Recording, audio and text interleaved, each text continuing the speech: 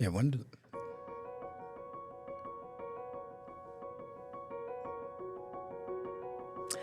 Hi, everyone. I'm Esme Murphy. Welcome to Talking Points. Sitting here, Abou Amara, Democratic analyst.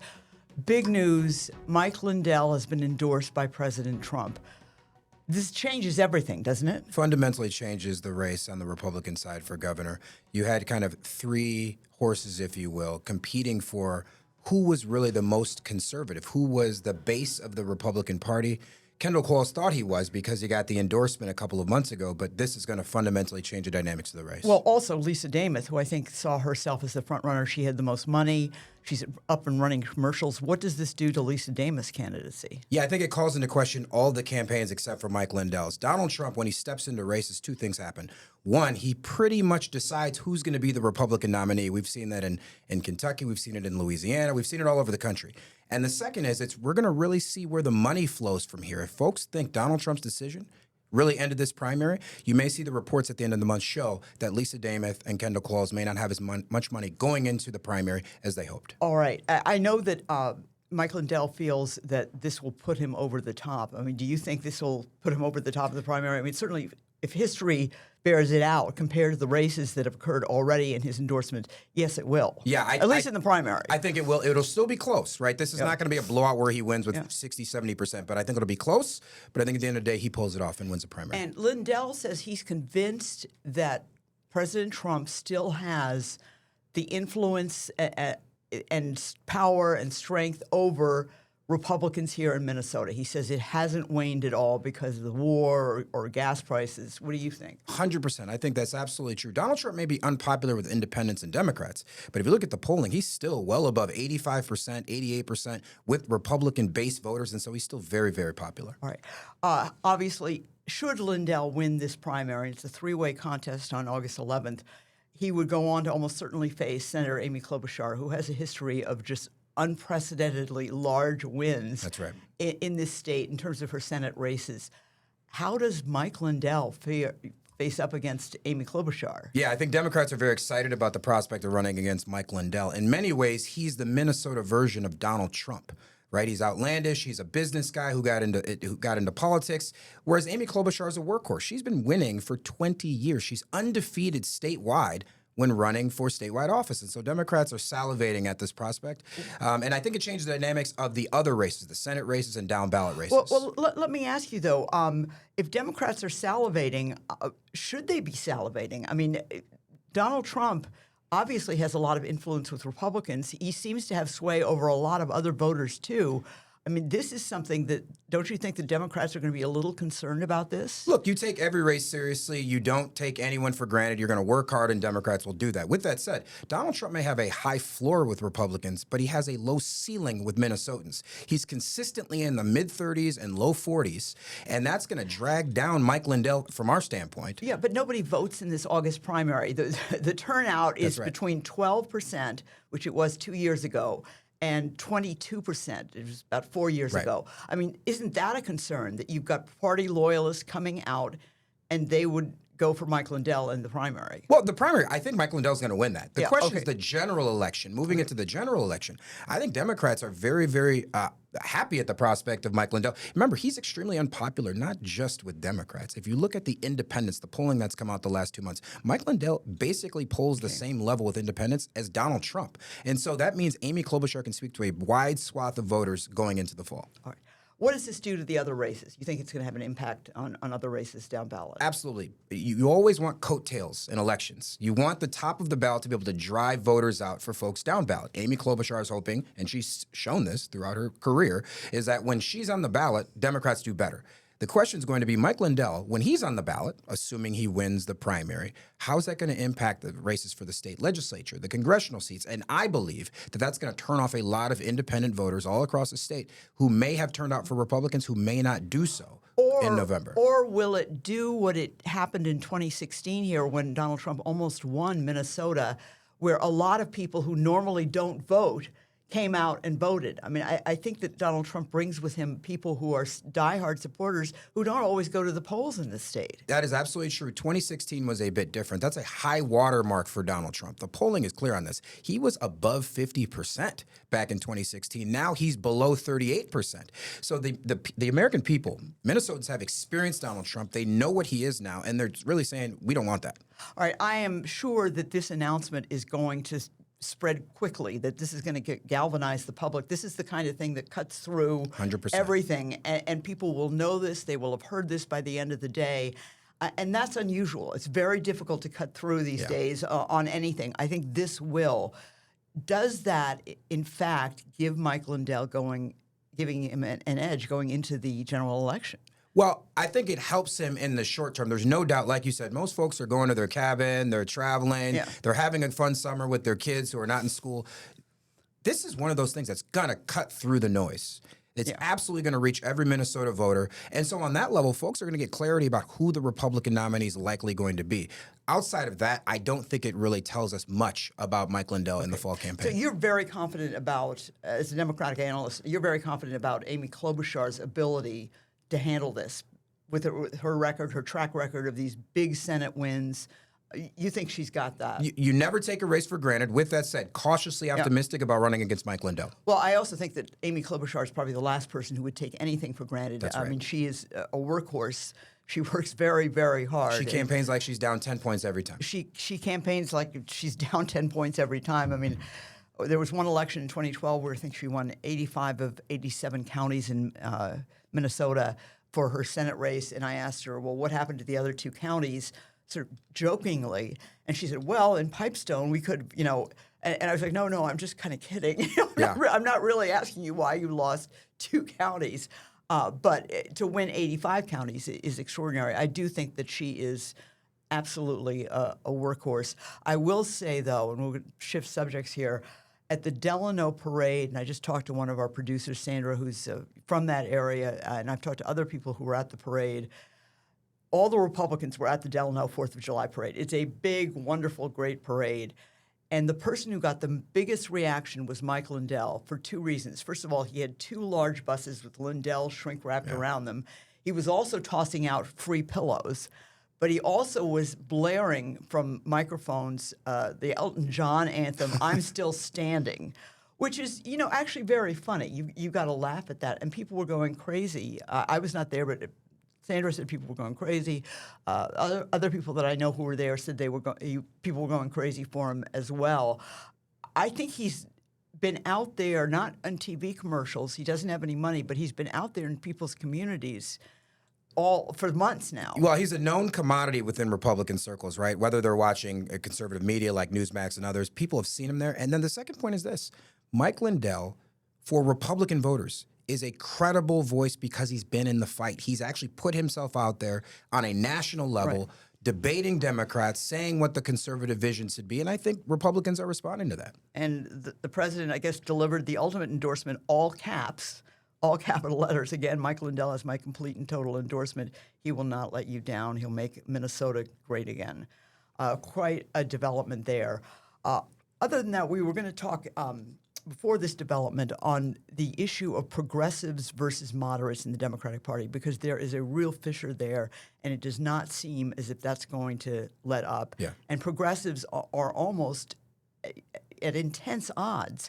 There seems to be no middle ground between the two groups. It's almost as if they're two different parties. Look, there's no question there's a debate within the Democratic Party right now about where to go. I think this is actually being blown up a little bit more than what it is. When Democrats are out of power in the presidency, there is always a fight about where the party should go and why did we lose last time. And so the DSA or left flank of the party believes that we lost because we weren't progressive enough, and the moderates believe that we lost because we were out of step with mainstream voters. Well, I think it's a pretty deep fissure. I really do. I think it's a deep, deep divide within the party. I don't see one thing that's interesting is that progressives, the most progressive candidates here in Minnesota, people like Congresswoman Ilhan Omar, Lieutenant Governor Peggy Flanagan, don't call themselves DSA in Minnesota. They call themselves progressives. That's true. Yet they certainly align politically with a lot of the DSA positions. Yep. Why do you think that is? Well, I think They're progressives. I mean, if it's really that simple. I think Peggy Flanagan and Ilhan Omar are sincere in their beliefs about how we should govern the country and move forward. And so oftentimes, I suspect, when they're in D.C. or here in the Capitol, they're actually working in coalition more with some of the folks in the DSA than they are with kind of the more moderate wing of the Democratic Party to advance their agenda. I think that makes sense. You find out where your allies are to push things that you care about. All right. You said you think that too much is being made of this. It seems like a pretty profound divide. There's no question it is a real debate within the party, not just on an ideological level like policy. It's about saying tactically, who should we be as the Democratic Party moving forward? And who should our representatives be? And who should our representatients be? So there's no question it's a real and legitimate debate. My only point is to say that the Democratic Party, where it's winning with broad coalitions, people like Amy Klobuchar, people like Tina Smith. We're not winning DSA seats all across America. There's less than 10 of them. You know, if we're talking about DSA members who actually got elected nationwide. We do have some, we can go talk about DSA members here who are political office, but nationwide. Nationwide, we have 435 members of the House, and we have about less than 10 DSA members who are elected to Congress. So there's no question it's happening in certain markets like New York. It happened in Denver recently. It is on the rise. There's no question about that. I don't want to dispute that. What I'm simply saying is the scope relative to where the Democratic Party is overall, I think it's still a bit of a minority. My question is, if you get a progressive candidate that wins in the August primary, like a Peggy Flanagan in the U.S. Senate race, over Representative Angie Craig, who is more moderate, will the moderates in the party, will the moderates in the DFL party come out in support of Peggy Flanagan? Look, I think the vast majority of them will. This is the reality. The reality is Democrats are hoping to take back the Senate. Democrats have to win 4 seats to take the Senate. States like Minnesota have to be holds because if Democrats don't show up in November, and potentially Michelle Tafoya, who is the strongest Republican that they've run in 20 years. If she's able to pick up a Minnesota seat, it complicates the math fundamentally for Democrats. And so I think at the end of the day, there will be a debate, there'll be a fight within the party. But after November, Democrats have to be clear-eyed. Whoever is the nominee has to receive the support of the party. All right. Obviously, there have been some catastrophic events for Republicans in the past few days. Certainly the death of Lindsey Graham, completely unexpected. And then the illness of Senator McConnell have really galvanized a lot of people in the Republican Party to wonder what's going to happen. Are we going to have this advantage? What does that do, this death and the illness of Senator McConnell? Yeah, it complicates the math for John Thune, who's the Senate Majority Leader. I mean, ultimately, he has a safe but close majority in the Senate. Every person who's not there is another vote he's got to find somewhere. Why does that matter? Because Donald Trump has been pushing the Save America Act and is hoping he can pass that before Election Day to enact some election reforms. If you don't have your Republican senators, you don't have the path to pass that bill moving forward. Right, and there certainly are questions about that now. Mitch McConnell still has not returned to the Senate. That's right. Obviously, Lindsey Graham's sister, I believe, is going to be appointed very, very soon. That's so right. she'll be in there in his place. Looking ahead to the primary in August, what kind of turnout do you think you'll see? Yeah, so I think on the Democratic side, you'll actually see an activated base. Why? 2 reasons. One, you have someone in Peggy Flanagan who is a grassroots organizer. This is somebody who understands how to turn folks out, who understands how to work in coalition to do that. That's point number one. Point number 2 is Angie Craig has run in one of the most competitive congressional districts in America. Yeah. And so she understands how to run close campaigns. She understands how to delegate resources and people.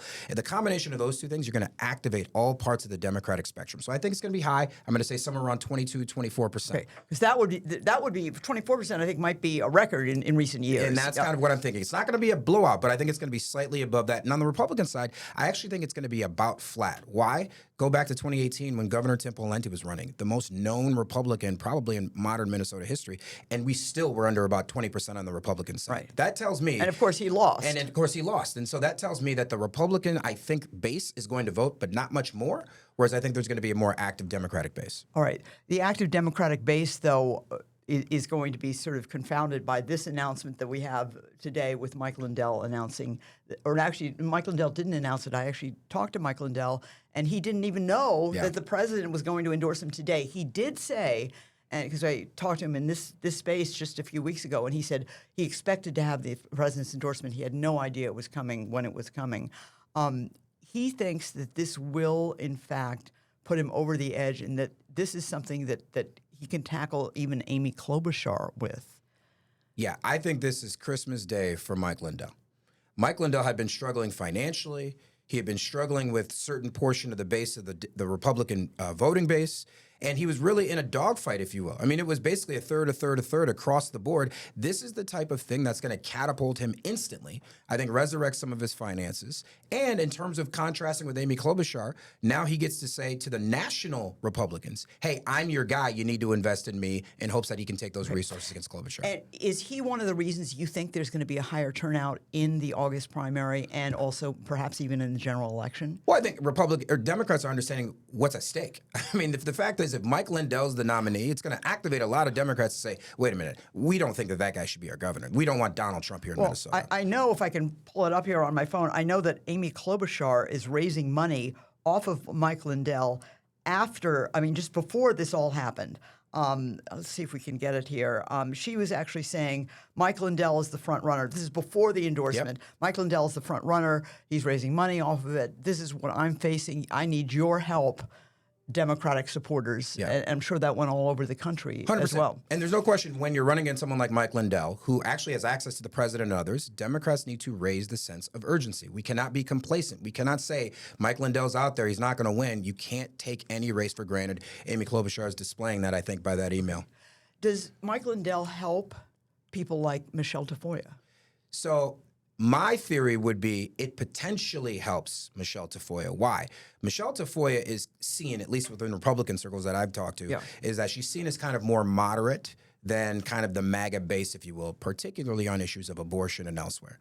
If Mike Lindell is on the ballot, he may be able to activate those MAGA voters and explain why it's important that they show up and turn out for Michelle Tafoya. Okay. So in many ways, you activate other parts of the Republican base that maybe she's not able to reach herself. Well, Michelle Tafoya obviously doing really, really well, and I think most people consider her to be the front runner in the U.S. Senate race, that big primary coming up in August. But in 2024, Michelle Tafoya said that she did not think that President Trump should run again. She's also said that she supports abortion rights in the first trimester of a pregnancy.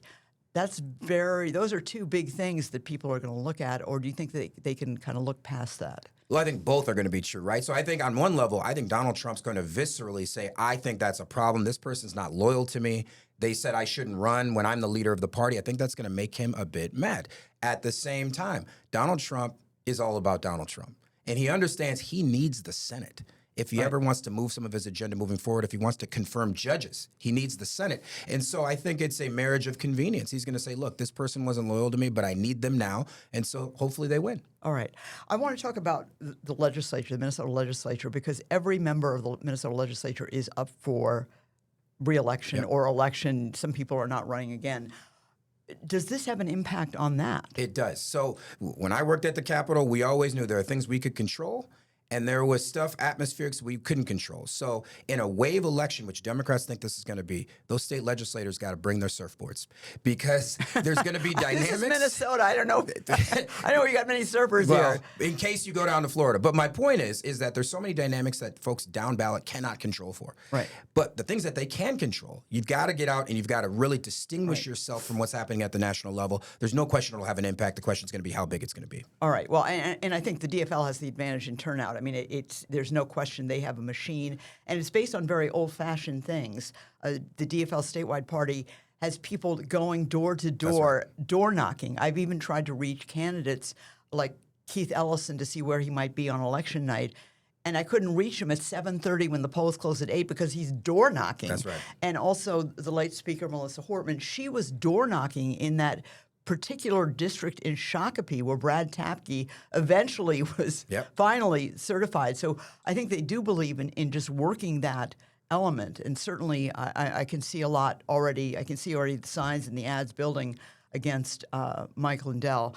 Abou Amara, you're always great. Anything I haven't asked you, or any point that you want people to know about or think about as we head into, well, the primary less than 4 weeks away. Yeah, so the primary, obviously, I think the big question is going to be who are going to be the candidates for Democrats and Republicans for Senate.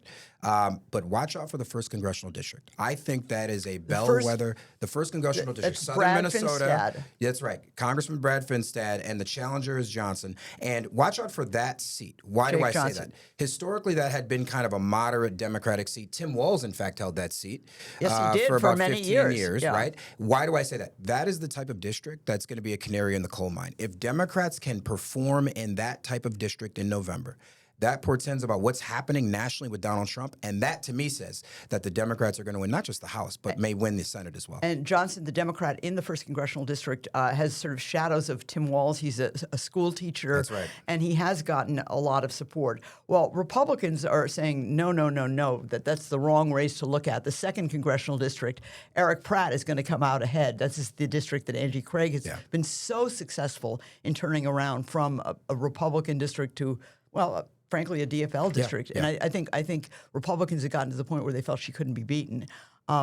What about that? I mean, is that one? Yeah, the 2nd congressional district, I mean, just a couple of years ago, there was $30 million spent on that race alone. So it's one of the most competitive in the country. So going back and forth, that doesn't surprise me. What would surprise me is the 1st congressional district, Democrats have not won in nearly a decade. This is a seat that I think is close but safe Republican. And if Democrats can play, that tells me something nationally is happening. All right.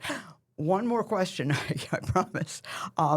In the 5th congressional district, we're getting to the primary, and in past years, we have looked every single time. Ilhan Omar has faced a very stiff, usually more moderate opponent, and that's not the case this year. What has happened? Because she continues to be called out by the president, by conservatives, almost on a weekly basis, if not daily. Yeah, I think the fact she has run three very competitive races in primaries, and she has come out on top. And so I think the consensus is that although there may be some controversy within the party, that she's formidable. She is strong, and people have tried to beat her, and they can't. And so I think this is a reflection of, you know what, we tried, we weren't successful. This is probably her seat until she doesn't want it anymore. Right, and it's how progressive is Minneapolis. Very progressive. Very progressive. Look at the Minneapolis City Council. Exactly. But how interesting is it that we're talking about the strength of an Ilhan Omar and the strength of a Mike Lindell and the strength of President Trump all in one little conversation here. That tells you about the politics. It's amazing. Minnesota is an amazing state. Yeah, it tells you about the politics of Minnesota. There's real intensity everywhere. It's not so much are you liberal, conservative. It's are you activating a community that's really behind you, and if you are, you probably have a chance to win. All right. Well, Abou Amara, thank you so much. We really appreciate your insights. Obviously, a lot going on here. That does it for this edition of Talking Points. Thank you so much for listening and watching here. And I'm Esme Murphy, WCCO News.